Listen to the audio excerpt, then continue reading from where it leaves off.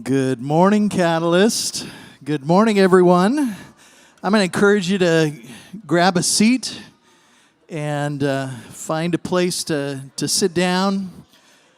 I know it's great to catch up, to see people that maybe you haven't seen in a while, and just to kind of catch up and find out how things are going, and that's always great. It's one of the incredible things about Catalyst. So, but we're going to get rolling here. And so I'm going to encourage you to find a seat. So my name is Mike Gunnarsson, and I am with City Ministry Network. And I'm so glad you're here with us this morning. Catalyst is a place that we believe community conversations and connections that matter take place. This is one of those places where incredible conversations take place. We also strive to make it a safe place to explore different issues and ideas that face our community. And we'll just state this from the very beginning, we are a diverse people from different perspectives who have chosen to work together for the benefit of this community. Is that your mindset? Okay, we got one. Good. So good. The way it works often is that we come here, we connect, we hope that trust is being built, and out of that, really it impacts our community because we begin to collaborate together, and we have incredible stories to share that prove that out. So, if you are a social media person and you have millions of followers, or you just have a few followers, I want to encourage you just to sign in or let them know that you're at Catalyst, or even sign on to our social media, Facebook, Instagram, and follow us in that way. On your table, there are a couple of things. If you're a first-time guest, there is a card there, and if you would just jot down some information, we would love to follow up with you. If you're a first-time guest here to Catalyst, if you're a regular, everybody, we would ask that you would sign in on the sign-in sheet. It just helps us to kind of follow some of the trends and thoughts, and it helps us in our planning where we're going with Catalyst. We have some sponsors that really do make Catalyst possible, and you see those on the screen behind me. This morning, I just want to call out one of them. And we thank all of our sponsors, but this morning a special thanks goes out to Fletcher Dentistry. You'll hear a lot usually from banks and financial organizations. Today, it is from Fletcher Dentistry, and their mission is to create healthy, happy smiles every day. And so if you don't have a healthy, happy smile today, I know where you can go to get one.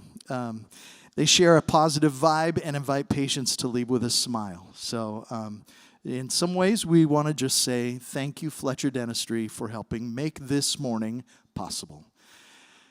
Before we get into our presentation, we want to give you an opportunity to connect around the table. And some of you are sitting with people that you know, that you're good friends with. You may be sitting at a table where you don't know everyone. And so one of our, what we call table talks, we just encourage you to get to know those around the table. And we do that in a way that hopefully is fun, is safe. And so we have a couple of questions. I don't know if they're up there yet, but I want you to think about this and then give everyone around the table a chance to share. If you're starting something new, often it brings excitement and uncertainty. When you're in that position, do you tend to step out? To plan every step out, or just jump in and figure it out along the way? So which one are you? And then if you had 100 days to make a positive impact in your neighborhood or your workplace, what's one small change you would start with? So think with that. We'll give you a few minutes just to chat around the table and get to know each other. Sounds like there's been some good conversation that's gone on. Anybody learned anything about somebody sitting at your table there? Anything new? Let me just ask, how many of you, if you're engaged in something new, just like to jump in and figure it out as you go? How many do we have like that? Okay, a few. How many of you say, I like to plan out every step of change and strategize all the way through? Okay, man, I'm seeing a few more hands there. Good, good. How many of you were surprised at somebody else's answer? Anybody surprised at their answer? Okay, a few. All right. Okay. Well, this morning we have an incredible opportunity with our presenter this morning, hearing her story, her direction, her heart. And so I get the opportunity to spend a moment to introduce her. I want to start with kind of her professional accomplishments. She has a Master of Arts in Political Science from San Diego State University. She holds a Master of Arts and Curriculum a Master of Arts in Curriculum and Instruction from the University of Pacific. And in May, she earned her doctorate in education from California State University, Sacramento. Now, that in itself is quite an accomplishment. But the professional side is not always the most intriguing part of people. Dr. Vanessa Buitrago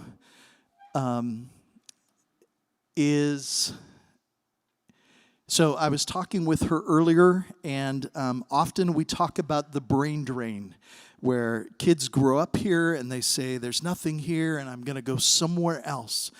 And a lot of times we at City Ministry Network really engage in conversations of saying, you can stay here or you can come back here and make a difference. And this morning, what we have is a story of somebody who is amazing, who did end up leaving for education, other jobs, but was looking for that opportunity to come back. And now she is back here making a difference in her community. Dr. Buitrago immigrated to the United States at age 5. She began school as an English language learner. Her personal journey instilled a deep belief in the transformational power of education. And so this morning we want to spend some time just really focused on that issue of education. And so we just feel like it's a great opportunity for us to have Dr. Vanessa Buitrago come share with us this morning. So would you give her a hand as she comes and shares with us?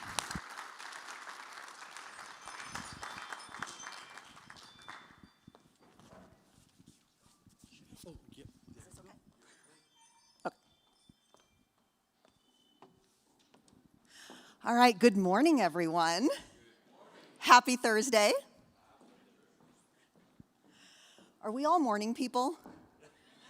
Because you look like morning people, okay? I'm just saying, I was telling someone earlier, I love that I got here at 6:15 because this is totally the way I roll. Now, find me at 11 p.m. and half of my brain won't be working.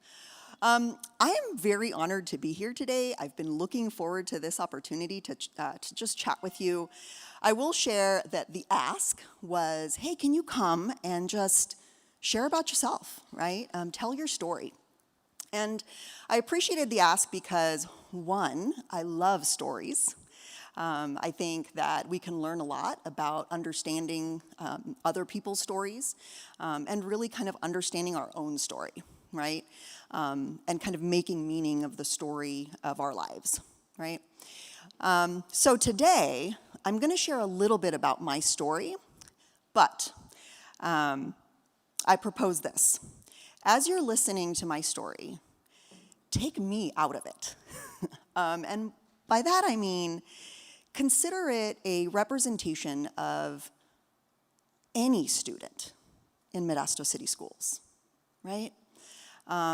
Because really I am just one person, no different than, what we see at Modesto High or Bayer or Martone.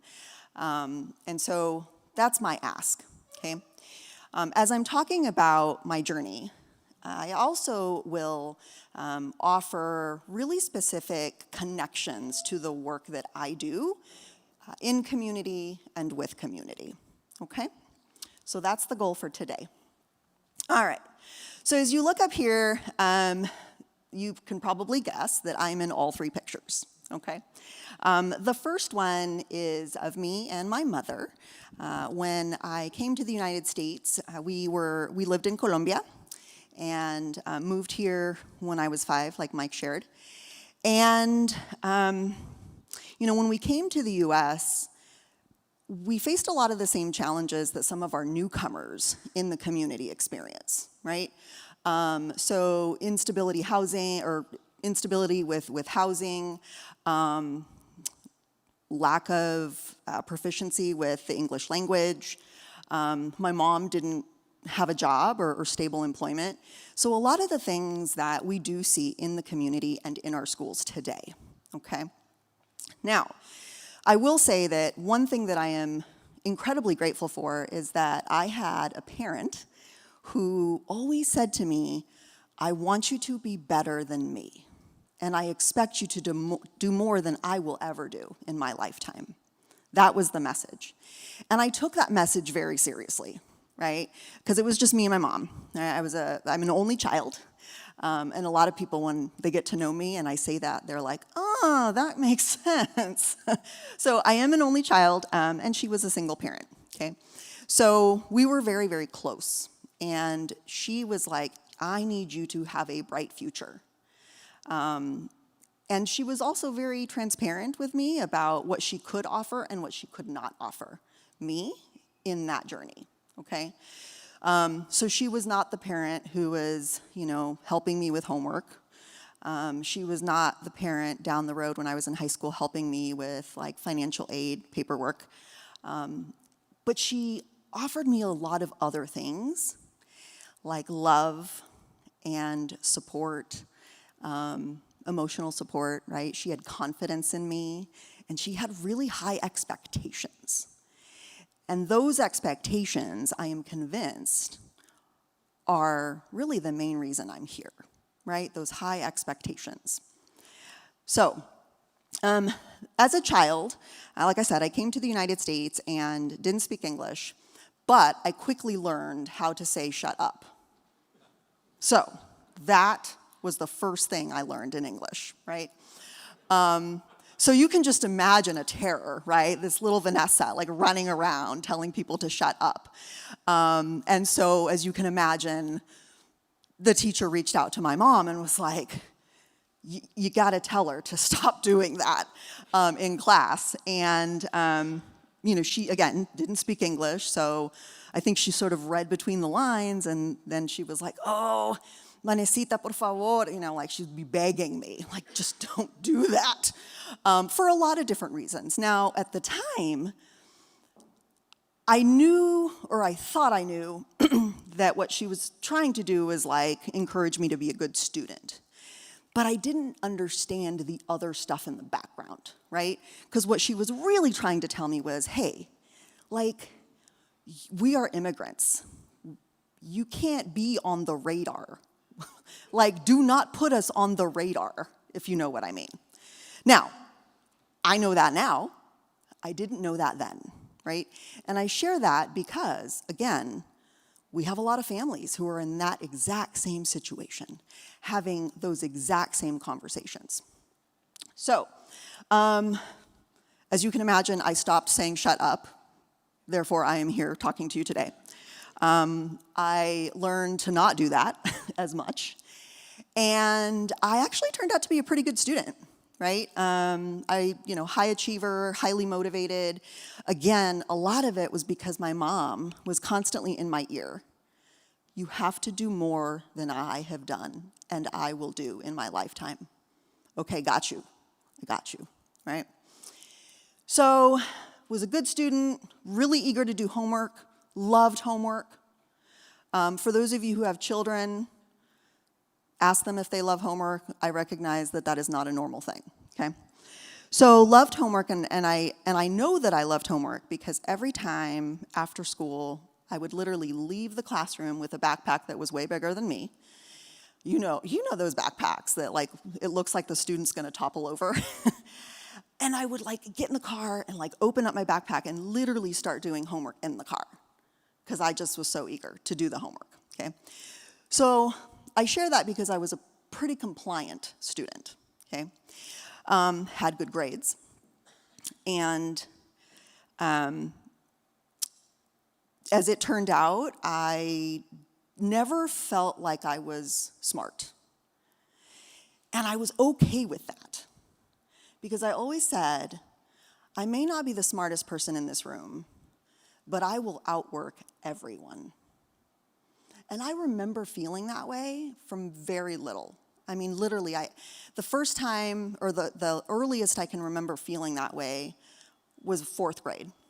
And I remember 4th grade because the math teacher used to hand out now and laters. And so I would literally eat like 3 or 4 now and laters and like be totally high on sugar during math. But that was really kind of the first time I realized I'll just outwork everyone. That's what I'm gonna do because I am not smart. Now, some of you may think, well, that's fantastic. She's a hard worker. How admirable. That part of the story is great. What is not great is that there were these assumptions about intelligence that at the time were really unhealthy for my own self-esteem, right? To really believe that I'm not smart. Now, years later, I realized that maybe that narrative was coming from a very specific place. And that place was, I was able to recognize that I didn't look like the people in my classes, didn't sound like the people in my classes, and had a lot of shame about my own background, right? Because, we weren't middle class, we weren't affluent, we weren't any of those things. And so I equated that with not being as good as other people, okay? So that's okay, not a problem. I'll just work, right? And junior year, that middle picture is, I was a junior there in a costume for theater. I did theater, dance, all of that at Modesto High. Junior year, I was in the IB program, right? So I took all the classes with kind of the smart people is what the narrative was at the time. And I was sitting in a class, math class, and I was in the middle. Back then, we had the overhead projectors, like the old school overhead projectors that don't exist anymore in any of the classrooms, thank goodness. And I raised my hand because I didn't understand what was going on. Like, actually didn't understand why there were letters and we were in math class, right? And I raised my hand because I thought that there was not such a thing as a bad question or a wrong question. And that day, my math teacher called on me and said, that's a stupid question. So that day, I learned that yes, there are stupid questions because an adult told me so. And I didn't belong in that class. In fact, I didn't belong in IB. Because again, I wasn't smart like everyone else. And in fact, I knew that because that math teacher told me so. She also told the whole class. So, for many, many years, I have believed that that was just a me thing. And when I came back to Modesto several months ago, I can't tell you how many times people have come up to me and said, oh yeah, that happened to me. Like it's totally normal. Totally normal. So, there's that. Now, what really was special about that day is that I got up, started crying, and walked to the main office. And I went to the school counselor because I was upset, I was 16 years old, upset, not knowing how to regulate myself, right? So I went to the counselor and I said, this just happened. This teacher just said this to me.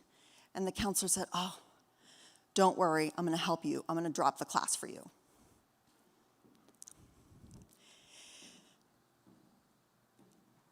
What I didn't understand at the time was that by dropping that class, I wouldn't have the required math course to then get into the college of my dreams.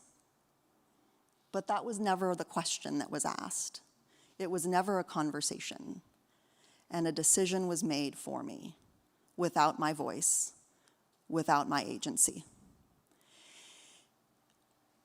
And I know, because I've worked with a lot of counselors in my time now, that she probably meant well. She wanted to help me. She saw a student struggling. She just wanted to do me a favor. You don't have to be in that math class. It's too much. It's too hard. I don't want to stress you out. Okay, cool. And then she went even further. Said, you know what? If you're going to drop that class, you don't need that IB science class either. We'll drop that too.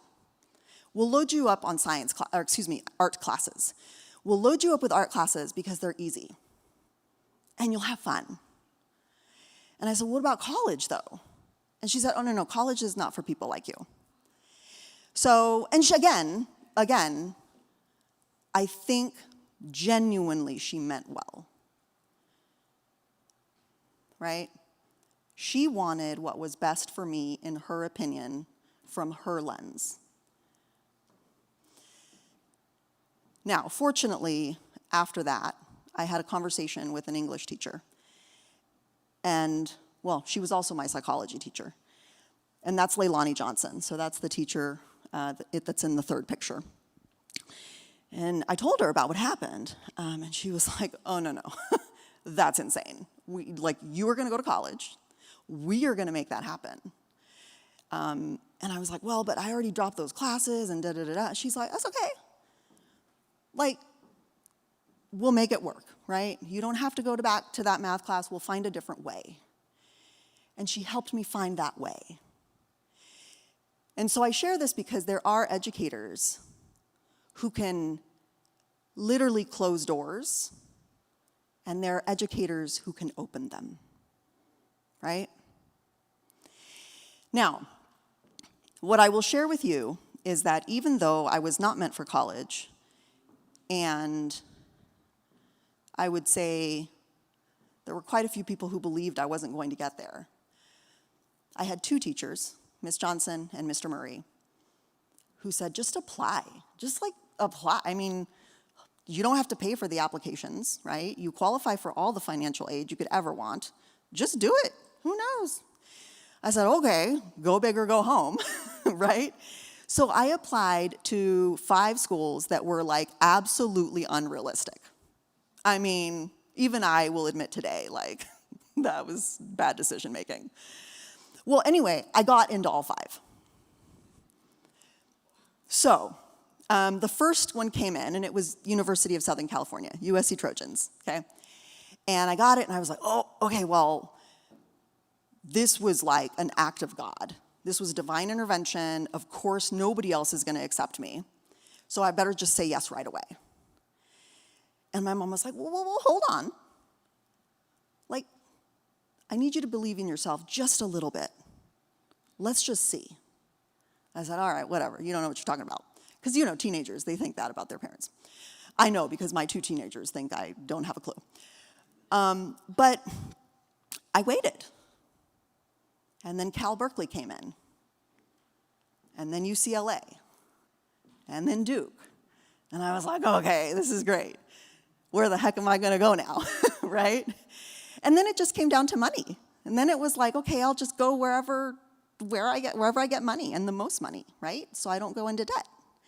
So that's where I ended up, okay? And I share this with you because the experiences that we have ultimately shape who we are. They shape where we end up.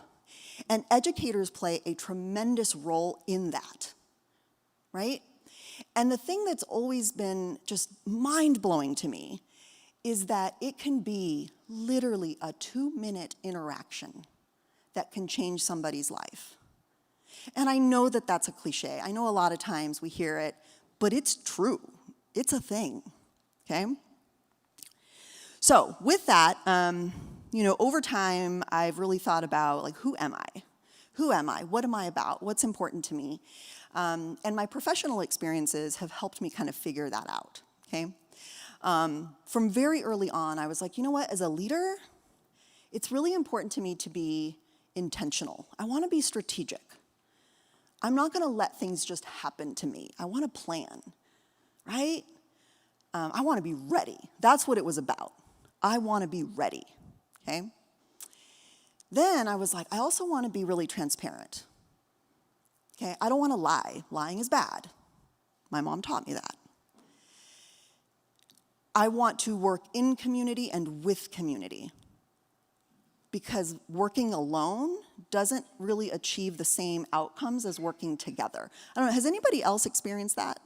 When you work in a group, you work in a family, you can accomplish things that are like unimaginable, right? So that's big for me. And then the last thing is excellence. Excellence is really important to me, okay? Now, when I was younger, I thought excellence meant perfection. Truly. You have to get 100% on everything. You have to be the best. Everything has to be right. Well, I failed, like miserably, because I realized I was a person who made mistakes. And the more mistakes I made, the more I learned, and the better I got at things, the more I figured out. And so I realized, over years, that when I say excellence, it's not about perfection. It's about being better. It's about reflecting and growing. There's a lot of value in that. Now, I want to tell you one slight thing about transparency. I mentioned earlier that for me, transparency was about not lying. I did a really good job with that, by the way. In fact, so well that I constantly got in trouble because I was the snitch, right? I was that kid who was always like, I know who did it, right? So bad. And again, then my mom would say, Vanessa, I told you, under the radar, honey, stay under the radar. I was like, no, but he cut in line, you guys, right? So, for a long time I thought, all right, transparency means tell people things, right? Empower people by sharing knowledge. Share what you know. And then I realized that that isn't even what transparency is about. When I was in Sacramento City Unified, at the time, I knew I wanted to go into like high school leadership because I really enjoyed breaking up fights. And the bigger the fight, the better. So I knew elementary space was not my space, right? Confiscating all kinds of illegal things, totally my jam, right? So I knew I belonged in high school. And the reason I loved those things was I loved the conversations that I had with kids after it, right? Like I felt that every single one of those opportunities was like an opportunity to change somebody's life. It was a game changer. So, high school is not, in many places, right, is not really a woman's space. And in fact, there's a ton of research that shows that typically high schools are run by males, and often white males, right? Like data actually shows that, right? It's not just an assumption. And so I knew that it wasn't really a space that was designed for me. And I knew that it would be a little bit hard when I got there. That's okay. But I went through that. And then the more I ascended in terms of positions, the more often I became the only woman in the room, or the only woman of color in the room, right? And so my response to that, or my strategy, was to become white and become male. That was the strategy. I was like, okay, I'm ready, right? Well, guess what, you guys? It didn't work. Surprise, right? So I have learned that being transparent is just being me. That's it, right? So what you see is what you get. I'll say things that come from the heart, right? I'll do what really matters to me, regardless of my position, title, salary, whatever, okay? So transparency is important. When I think about what that then means in terms of what I believe about education and what we need to do to improve education, I have a specific theory of action, and it's we have to invest in people, right? In education, there's a ton of literature that says, no, education is about systems, efficient systems. Yes, and, right? Yes, we need systems, absolutely, and we need to invest in people. Because people develop the systems or design the systems, they implement the systems, they make systems either work or they break them, right? So we invest in people.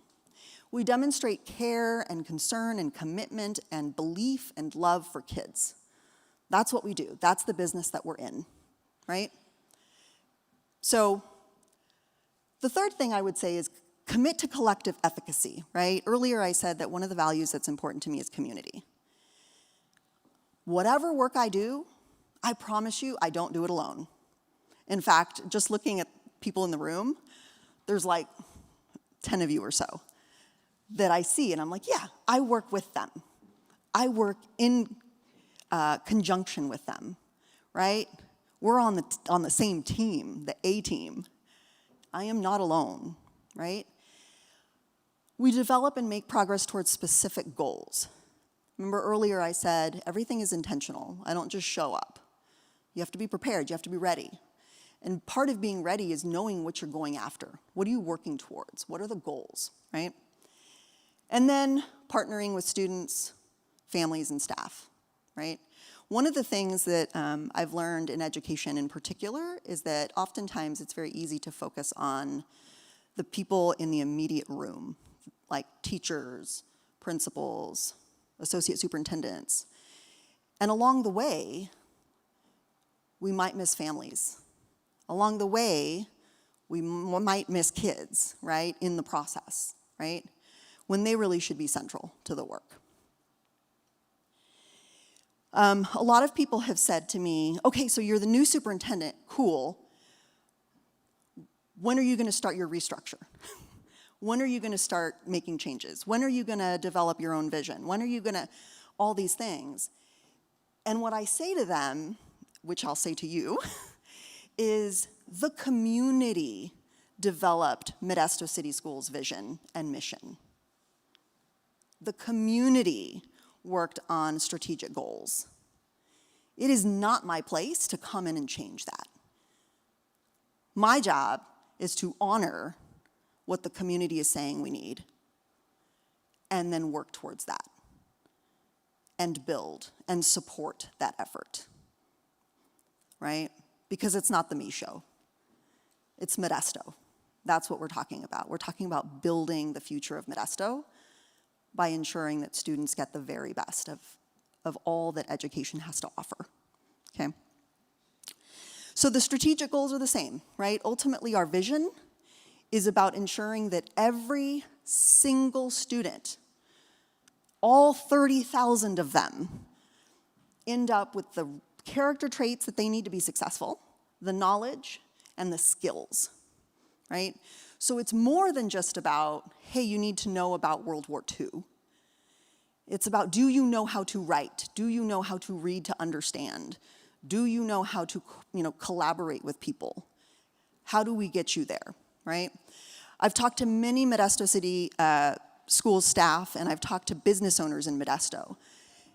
And over I hear things like, I just need students to graduate from Modesto City Schools and know how to answer the phone.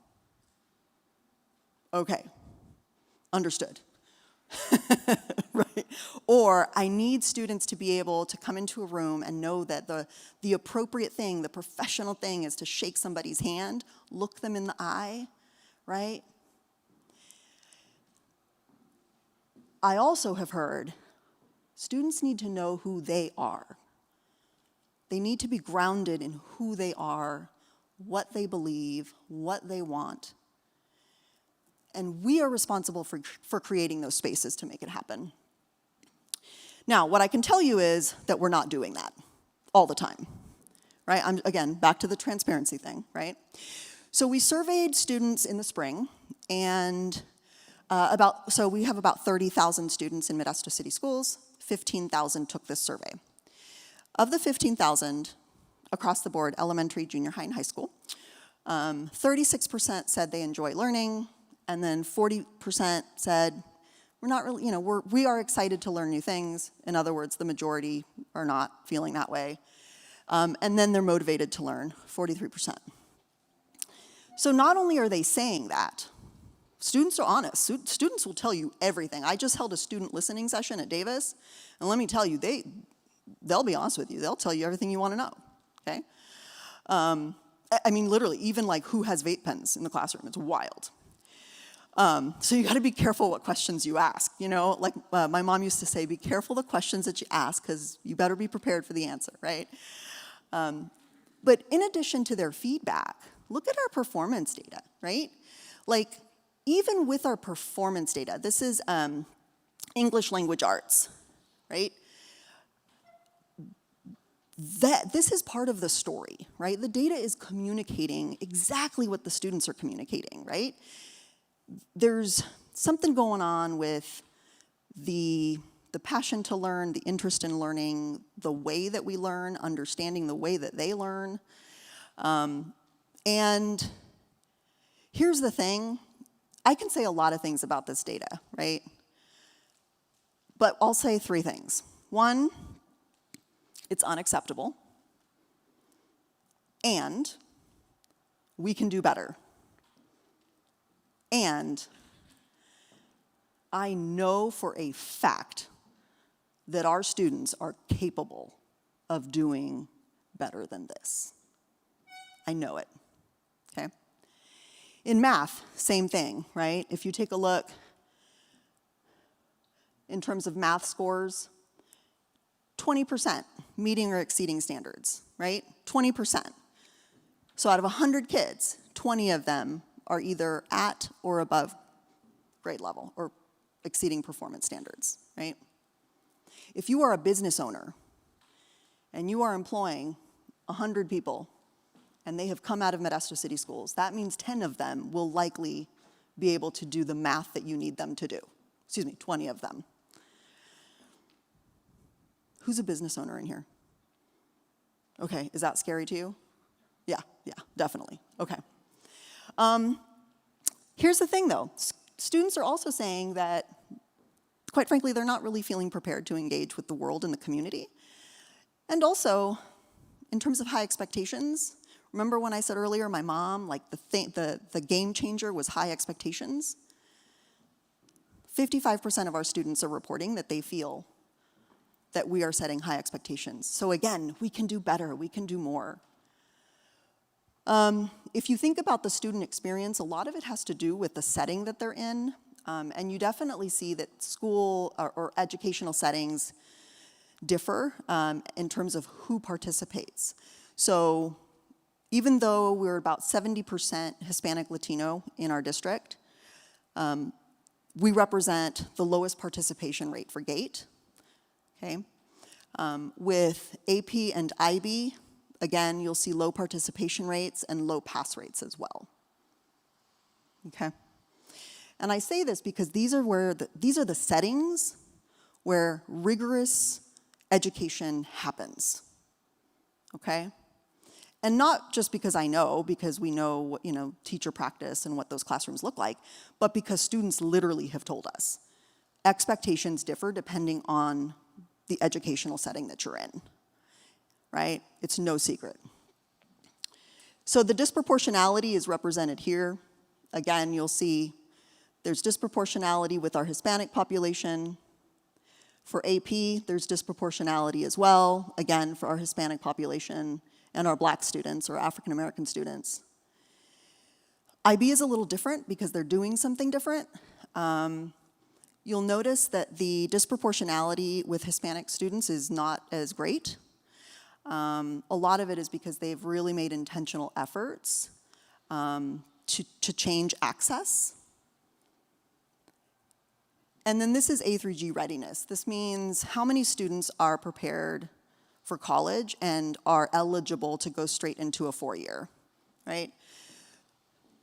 Overall, it's about 40% of our students can go straight to a 4-year out of high school, okay? Obviously, the percents get lower and lower when you look at different subgroups. And then when you look at by ethnicity, as you can see, Hispanic, Latino students are about 40%. White students are upper 40s. African American students, about 30%, right? And again, A through G just means you are eligible to go straight into a 4-year right out of high school, right? The settings definitely matter in terms of who our students have access to. Somebody said to me the other day, representation matters. We want students to be able to look at their teacher, to look at their superintendent, and see themselves. That's what they want. And I was like, really? And the more and more I talk to people, people are like, yeah, like actually, that is what they want. That's what they need. And so in response to that, you'll notice that the very top line speaks to the teachers that we have in our system. We're at about 60% white in terms of our teachers. But you'll notice that with our Hispanic and Latino teachers, we're growing. Back in 2019, we were at about 19% of our teachers were Latino or Hispanic. We have gone up significantly to almost 31%. And then African American teachers were still pretty low, but again, our African American population is also very small. In terms of management or administrators, you'll also see the same pattern, right? The very top line are administrators who are white, so it's about 50%. We've also grown over time in terms of the number of Hispanic and Latino administrators, right? So we're getting closer and closer to matching our student population, but we still have a ton of room, right? So again, our largest population are Hispanic and Latino students, about 70%. 37% of our management staff are Hispanic and Latino.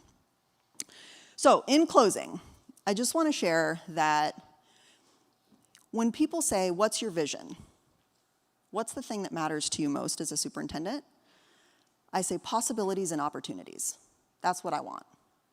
I want every single student in our system to say, I am totally aware of all the opportunities that are available for me, and I want every single student to truly believe that those are possibilities for them, right?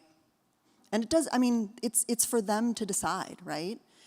If they want to be an electrician, if they want to be, a hairdresser, if they want to own a barbershop, if they want to go to college and build space ships, whatever, right? It has to be their dream, and we have to be there along with them to get them there. That's the job, right? Last thing I'll say is, in learning about what matters most to me, people say, hey, what are your hobbies? And I say, my job. They say, no, really, what is your hobby? I say, my job. Because I love it. I literally have the best job. It's fun, it makes me happy, and I have the honor and privilege of shaping people's lives. Like, what could be better, right? And that includes my own family. I have 2 kids, they're teenagers. The way I see it is, whatever I'm giving to them, I am absolutely prepared to give to every single one of our students in Modesto City Schools. So that is all I have for you today. I appreciate the time. I'm really grateful. Mike, I'm going to hand you the control, or both things.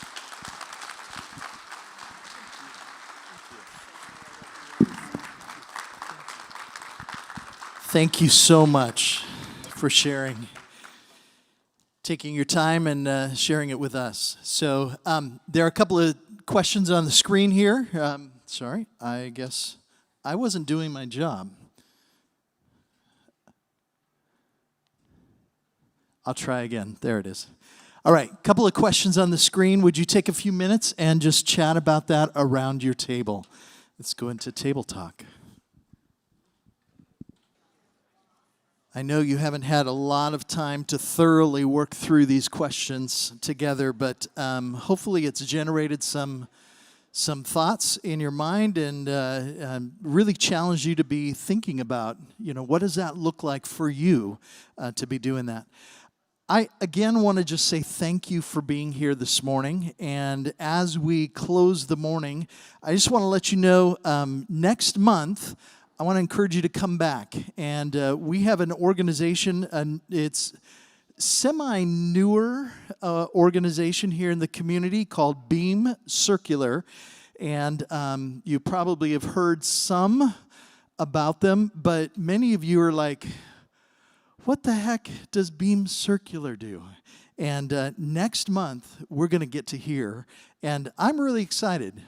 It's new, it's innovative, it's looking at our community and the opportunities that we have. And so we're going to hear from I believe she's the CEO, the director, Karen. And she's going to tell us about turning waste into wealth. So it will be a morning you will not want to miss. David, you want to come up and share a few closing thoughts with us? And then we'll head out to work. Thank you. Thank you. My name is David Collins. I am the director of Love Our Schools for Love Stanislaus County. And it is a pleasure to be with you all this morning. Dr. Buitrago, thank you so much for sharing not just kind of where the district is right now, but just your story, sharing from the heart and your transparency with us this morning. We really appreciate that.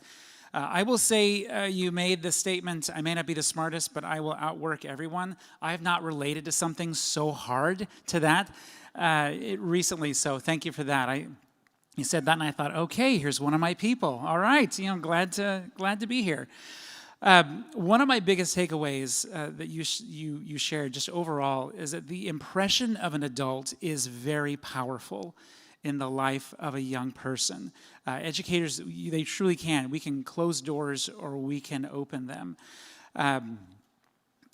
Several years ago, when I was on the Sylvan School Board, someone in the community asked me, who do you think are the most important stakeholders in public education? And I responded to her with this question: do you want good neighbors in 20 years? Do you want good neighbors in 20 years? Pretty much everyone's going to answer yes to that. Then you are a stakeholder in public education. One of your number one points up here on the slide is we invest in people. And that is absolutely true, not just in education, but everyone who is a stakeholder in public education. We invest in people. So my encouragement for you moving forward today is to be the cause of a positive memory, especially for a young person, and never underestimate the power of inspiration. Just from your life to someone else's. So I certainly am leaving this morning feeling inspired. So thank you. Let's close in a quick prayer, and we will be on our way. Almighty God, we thank you so much for your protection, for your inspiration, for your guidance in our lives. I ask that the good work of the people in this room would be blessed, that our community would be better, that our faces would be turned towards you. And that we would be partners in your work for the sake of the future, for the sake of our young people, and for our community. We praise you for all that you do and the blessing in our lives. Amen. Thank you all so much. We'll see you next month.